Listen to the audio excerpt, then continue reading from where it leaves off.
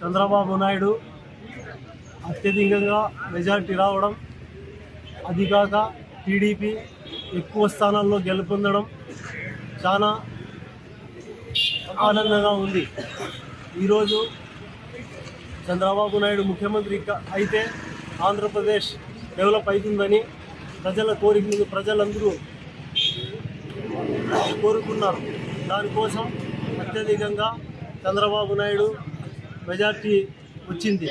దానికోసం ఈరోజు కొత్త చెరువు మండలంలో ఎల్లం నజీర్ అనే నేను కొత్త చెరువు మండలంలో అందరికీ టీ ఫ్రీగా అభిమానంతో ఫ్రీగా ఈరోజు టీ ఇస్తున్నాం.